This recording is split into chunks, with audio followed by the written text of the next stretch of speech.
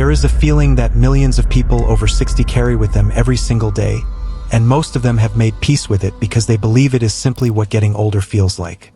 It starts subtly. Your legs feel heavier than they should by late afternoon. There is a tingling in your feet that comes and goes without explanation. Your ankles are swollen by evening, and when you take off your socks, the elastic leaves a mark that takes far too long to disappear. Your feet are cold even in summer, even under blankets, even when the rest of your body is perfectly warm. And you have probably told yourself the same things millions of other people tell themselves. It is fatigue, it is the heat, it is just age. But what if those explanations were wrong? What if those symptoms, the ones you have been quietly accepting as the price of growing older, were actually your body trying to tell you something specific, something urgent, something that can still be addressed before it becomes a conversation with a surgeon about your options? More than 10 million Americans are currently living with peripheral artery disease, a progressive narrowing of the arteries that carry blood to the legs. The overwhelming majority of them spent years attributing their symptoms to tiredness or aging before anyone connected the dots. And many of them reached a point of non-healing wounds, chronic pain, and life-altering complications that could have been slowed, or possibly avoided altogether, with earlier awareness and earlier action. I want to tell you about a woman named Dorothy, 68 years old, retired, living in Tennessee. For 2 full years, Dorothy experienced pain in her calves every time she climbed stairs. She had tingling in her feet that she blamed on sitting too long watching television. Her legs felt heavy and tired every evening. She was not neglectful with her health. She attended regular checkups, took her medications, tried to eat well. But in every appointment, she described these symptoms one at a time, and each one was filed away as a normal consequence of aging. Nobody looked at the complete picture. Nobody connected the dots. When a Doppler ultrasound was finally ordered, it revealed significant reduction in blood flow through the arteries of both legs. Dorothy was years away from non-healing ulcers and the kind of vascular complications that fundamentally change a person's life. What changed her trajectory was not a new prescription. It was information. Specifically, it was understanding what she could do every single day with what she already had at home to support the health of her vascular system from the inside out. That is exactly what this conversation is about. Today, I am going to walk you through 6 spices that have been documented in peer-reviewed scientific research to improve blood flow in the legs, reduce vascular inflammation, promote vasodilation, inhibit clot formation, and protect artery walls from the kind of slow, silent damage that accumulates over decades. I am not talking about obscure herbs you need to import from the other side of the world. I am talking about ingredients that are almost certainly sitting in your kitchen right now, being used the wrong way, or not being used at all, while their potential to support your circulation goes entirely to waste.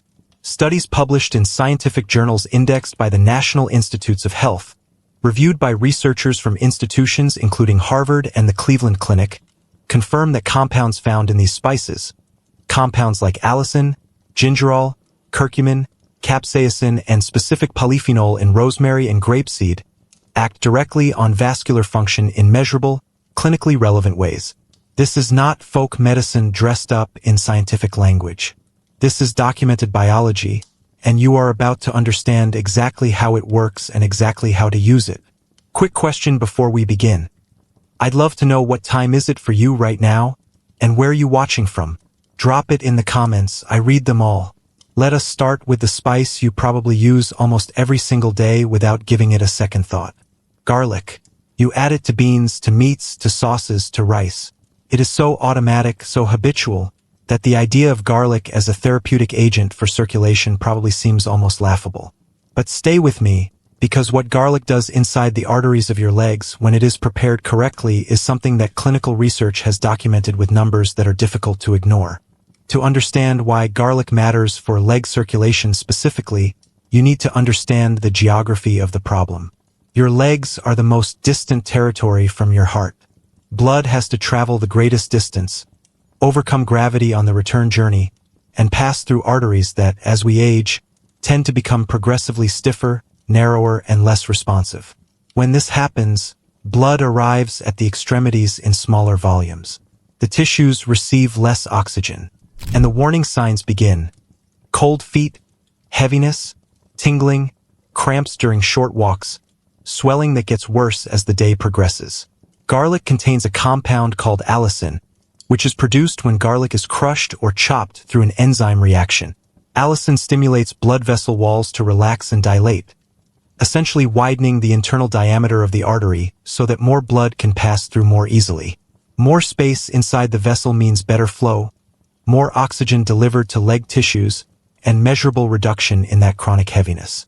A clinical study that followed 93 patients with compromised peripheral circulation over 12 months documented a 21.6% increase in blood flow to the extremities following consistent use of garlic extract. That is nearly a fifth more blood reaching where it needs to go. In practical terms, that translates to less pain, less swelling, better wound healing, and greater ease of movement. But here is the detail that changes everything, and the reason why most people who cook with garlic every day are getting almost none of this benefit. When you chop or crush garlic and immediately throw it into a hot pan, the heat destroys the enzyme responsible for producing allicin before the reaction can complete. The garlic goes into the dish. The flavor goes into the food. But the vascular compound was destroyed in the process. You are getting the taste without the medicine. The correction is almost absurdly simple. After you chop or crush garlic, wait 5 to 10 minutes before applying heat. In those minutes, the enzymatic reaction completes, allicin forms, and then the garlic is loaded with its full circulatory potential. The heat after that point does not significantly diminish what has already been created. If you want an even more potent effect, consume a raw clove in the morning, crushed, mixed with a small amount of honey or a drizzle of olive oil. No heat, maximum allicin, and your arteries begin the day with a compound actively working to keep them open and responsive. From this point forward, garlic is not just seasoning. It is a conscious daily investment in the blood flow reaching the furthest parts of your body. Now we move to a spice that most people treat as seasonal medicine, something they reach for when they have a cold or a sore throat and forget about the moment they feel better. That is one of the most underutilized habits in natural vascular support, because ginger used consistently and correctly has a direct, documented effect on peripheral blood flow that makes it one of the most valuable tools available for anyone dealing with circulation problems in their legs. The active compound in ginger that matters most for circulation is called gingerol.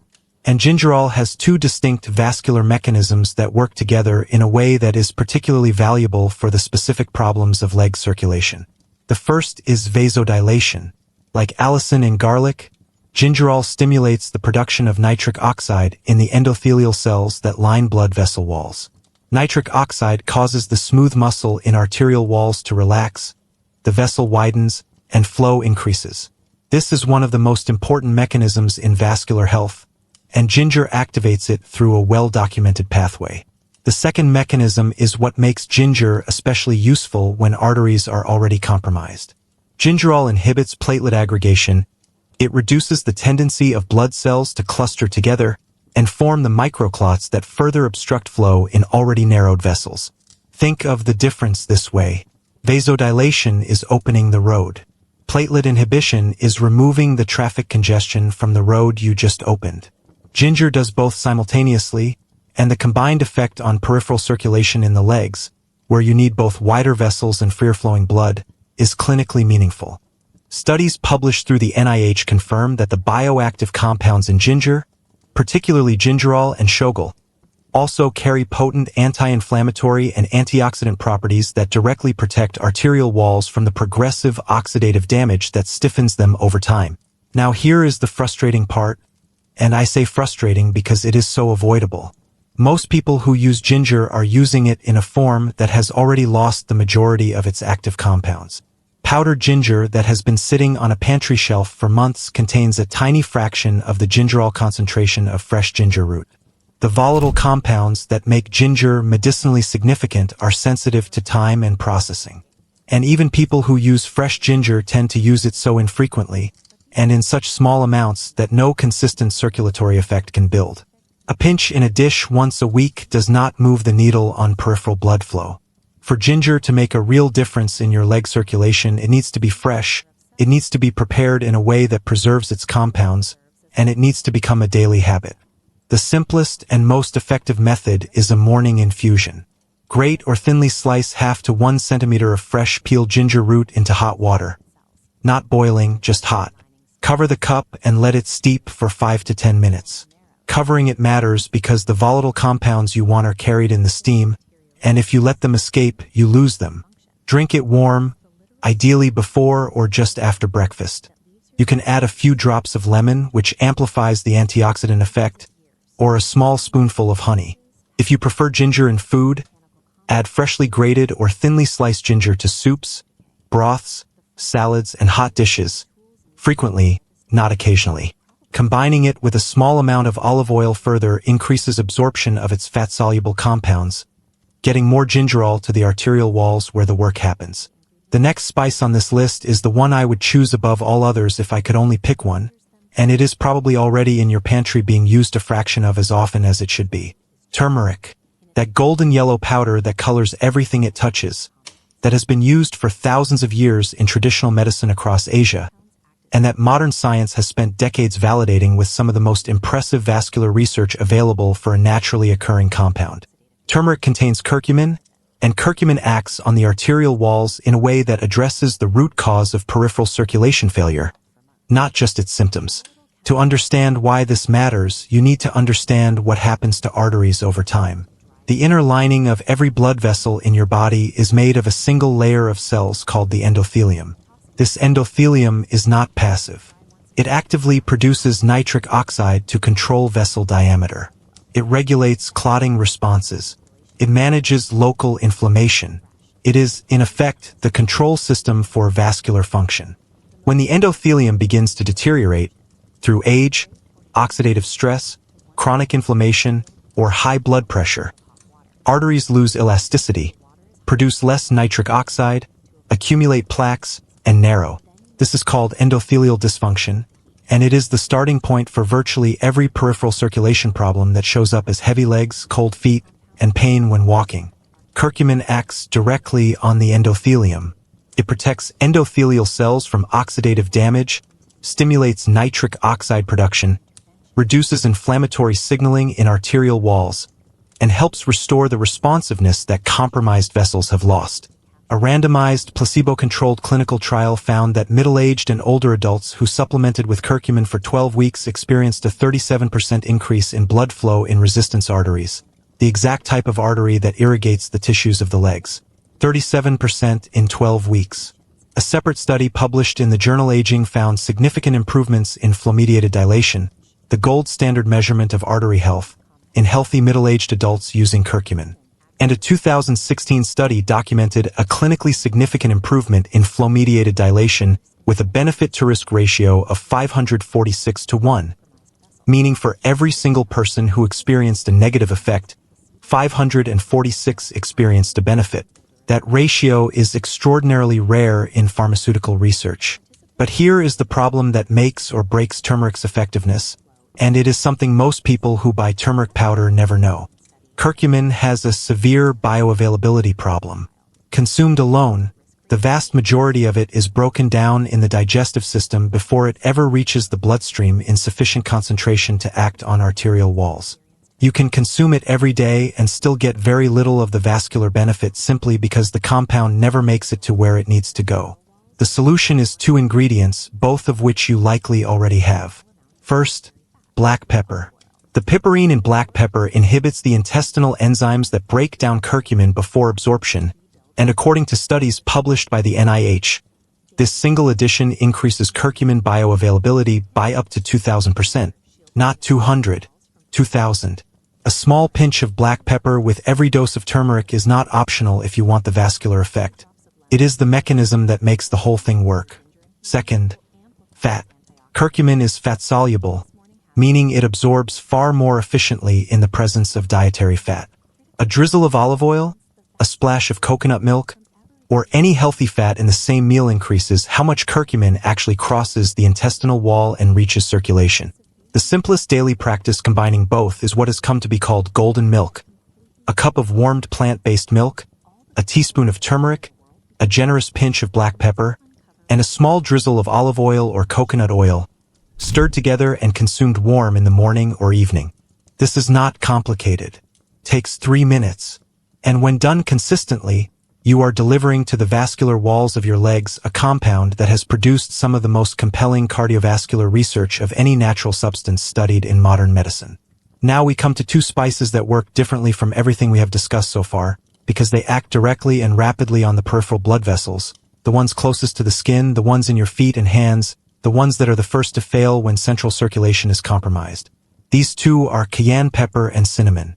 And together, they form a combination that addresses the cold feet problem in a way that you can often feel within the same morning.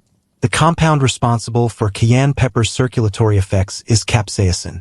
When capsaicin is consumed, it binds to specific receptors called TRPV1 that are present in the endothelial cells lining blood vessels. This binding triggers a cascade that results in the production of nitric oxide and the release of vasodilatory neuropeptides, including calcitonin gene-related peptide. The vessels in the extremities relax and dilate. Blood flow increases. You feel it as warmth spreading through your feet and hands. Not imagined warmth, not placebo warmth, but the physical sensation of actual increased blood perfusion in tissues that were previously receiving inadequate flow. Studies also confirm that capsaicin inhibits platelet aggregation, reduces plaque accumulation in arterial walls, and may stimulate the formation of new collateral blood vessels in areas where existing vessels are most compromised. A long-term structural benefit that goes well beyond the immediate warming effect. Cinnamon complements this through an entirely different mechanism, which is what makes the combination particularly powerful. The primary active compound in cinnamon, cinnamaldehyde, relaxes the smooth muscle in arterial walls by acting directly on those muscle cells and blocking the calcium channels responsible for vascular contraction. This is an endothelium-independent vasodilation, meaning cinnamon's effect on arterial relaxation does not depend on the same intermediate signaling pathway as the other spices. It reaches the same destination, wider vessels, better flow through a different route. This means that even when the endothelium is already compromised and less responsive, cinnamon's mechanism can still work. Scientific research confirms that cinnamaldehyde both relaxes vascular smooth muscle and improves endothelial nitric oxide production, and cinnamon's anti-inflammatory and antioxidant properties further protect the arterial walls from progressive stiffening. But I need to say something clearly about cinnamon before going any further, because getting this wrong could cause harm. There are two types of cinnamon sold in most grocery stores, and they are not equivalent. Cassia cinnamon, which is the most common and cheapest variety, contains very high concentrations of a compound called coumarin. Consumed daily in significant amounts over time, coumarin can cause liver damage. Ceylon cinnamon, also called true cinnamon, contains approximately 250 times less coumarin and is the safe form for daily, ongoing use. These two types often look identical on store shelves. The difference is in the label. Check it. If you are going to use cinnamon every day for circulation support, it must be Ceylon cinnamon. This is not a minor detail.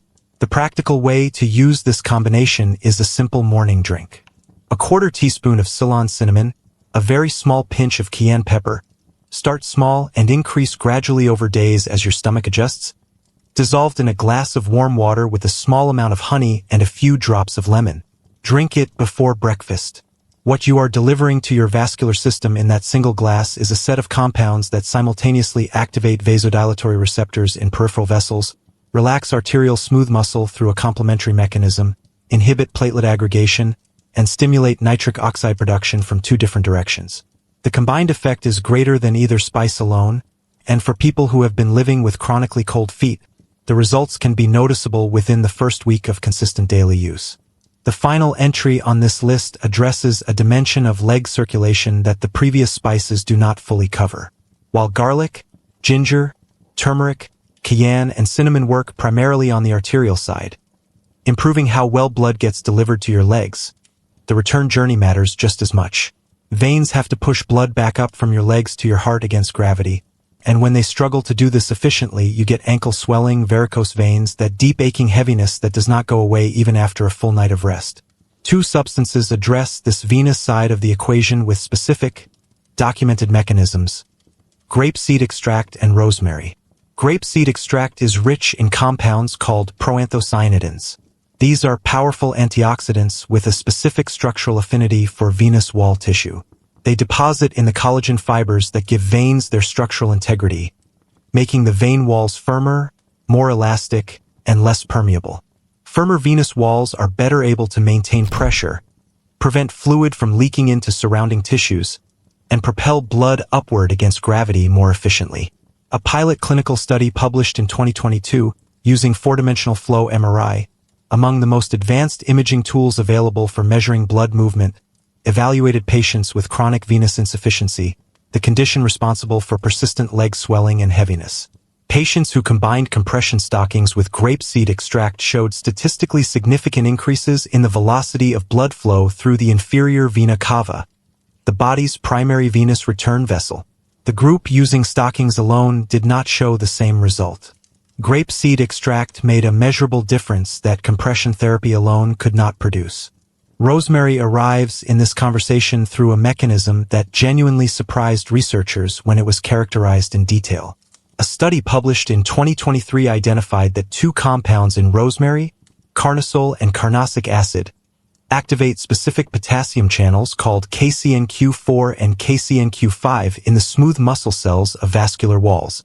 This channel activation causes the vessel wall muscle to relax deeply and the vessel to dilate with what researchers described as a highly significant effect.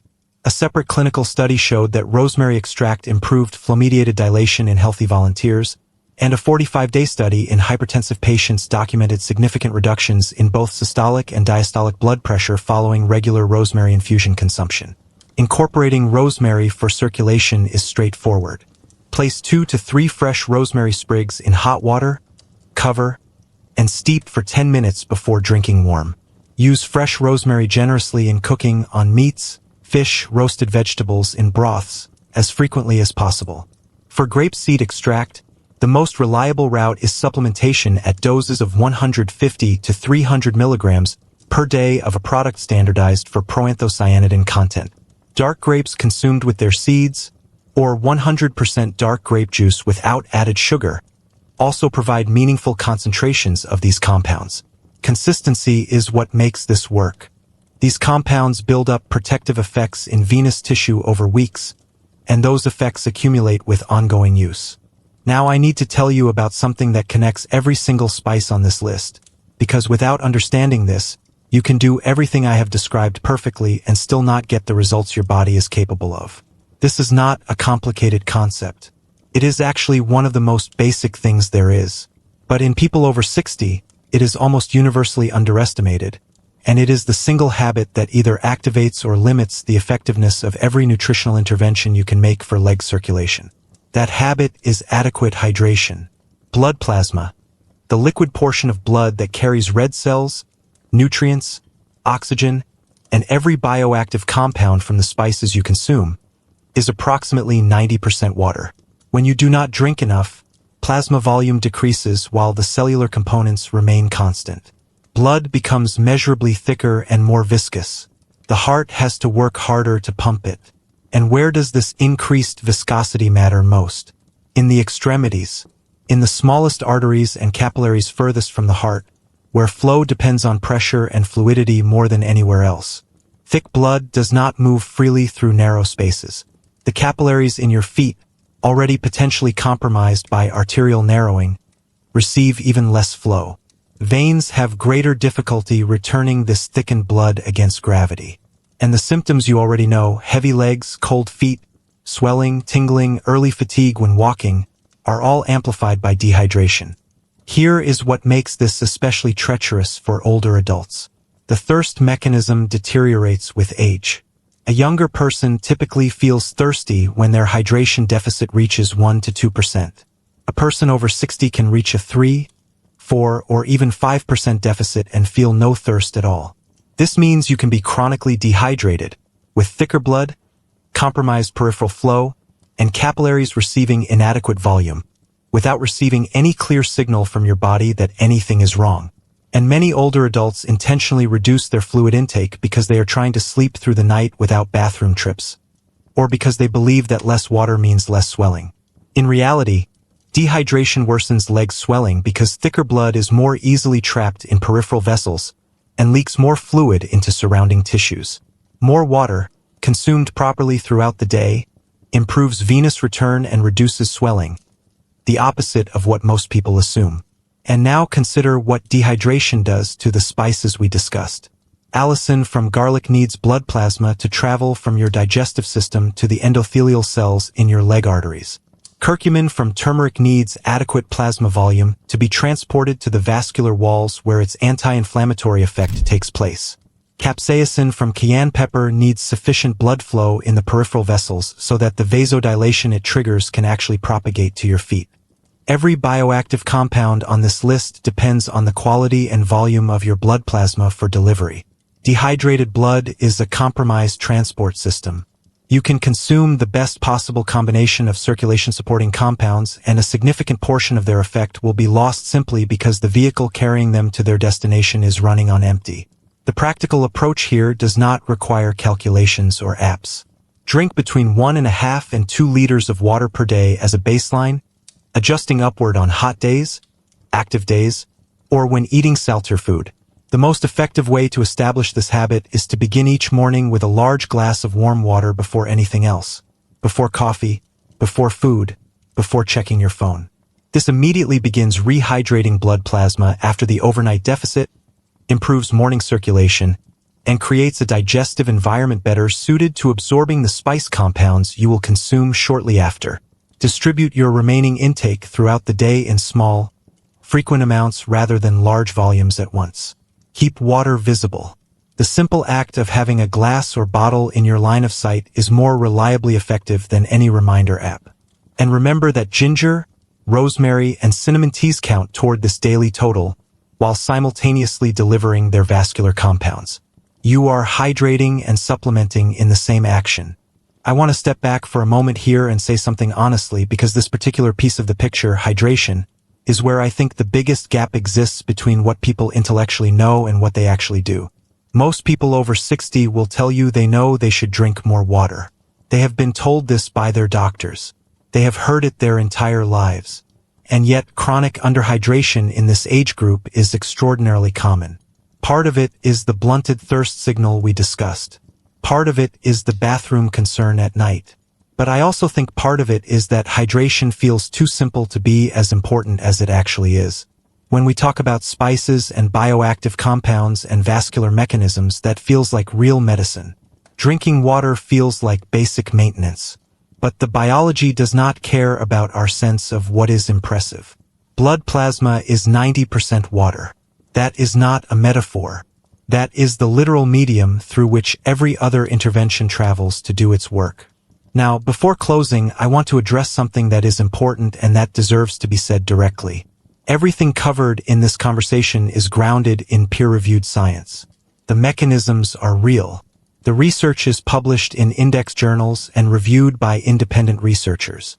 But none of this replaces a conversation with your physician, particularly if you have a confirmed diagnosis of peripheral artery disease, venous insufficiency, deep vein thrombosis, or any existing cardiovascular condition. Some of these spices, particularly garlic, ginger, and cayenne pepper at higher doses, can interact with anticoagulant medications and blood thinners. If you are taking warfarin, aspirin therapy, or any medication that affects blood clotting or blood pressure, this is a specific and important conversation to have before significantly increasing your intake of these compounds. The purpose of this information is to make you more informed, more equipped, and more capable of participating actively in your own health decisions, not to replace the judgment of a clinician who knows your complete medical history.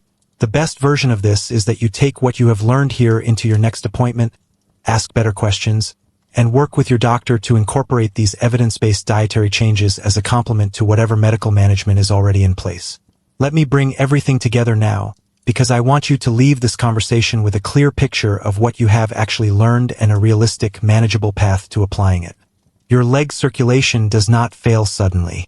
It fails gradually, quietly, over years of small changes in arterial wall health, blood viscosity, venous tone, and capillary function.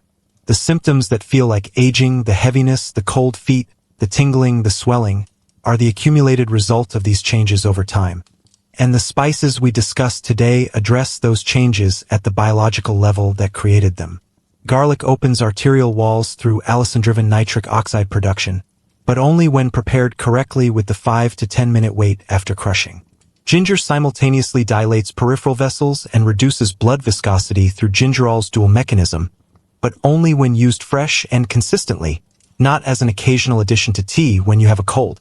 Turmeric addresses the root cause of endothelial dysfunction and has produced some of the most compelling vascular research of any natural compound. But it requires black pepper to increase absorption by 2,000% and fat to further improve bioavailability. Cayenne pepper causes rapid, noticeable vasodilation in the extremities through capsaicin receptor activation, while Ceylon cinnamon relaxes arterial smooth muscle through a complementary pathway. Together they form one of the most accessible and effective combinations for addressing cold feet and peripheral flow. Grapeseed extract and rosemary protect and strengthen the venous system, improving the return of blood from your legs back to your heart, the dimension of circulation that the other spices do not fully address.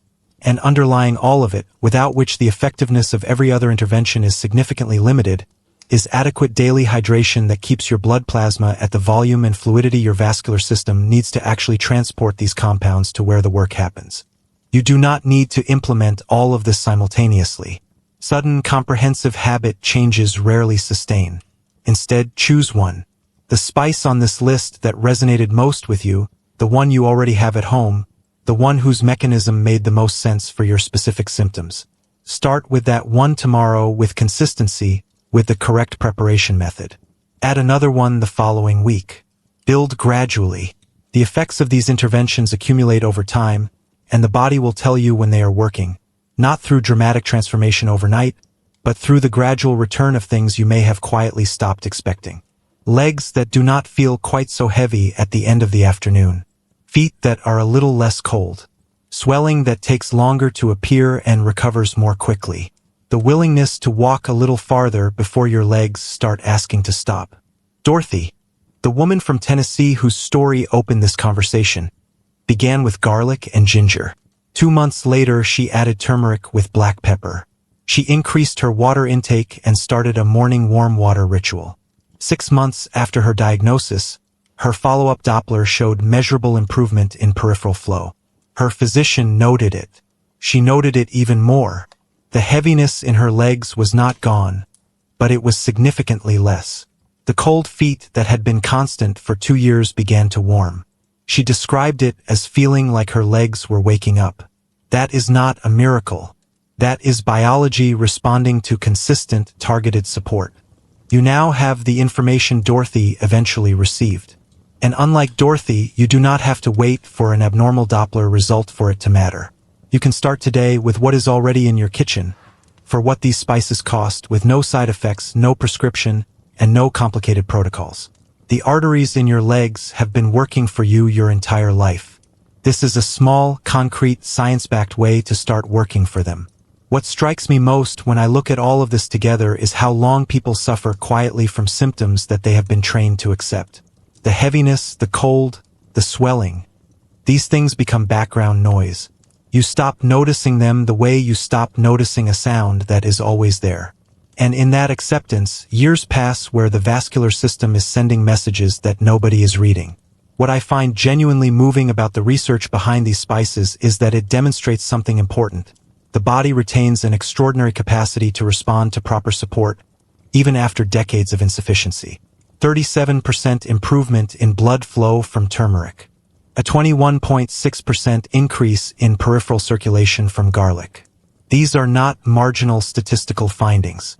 These are numbers that translate into real physical changes in real people's lives. The information was always there. What was missing was the translation. That translation is what this is for.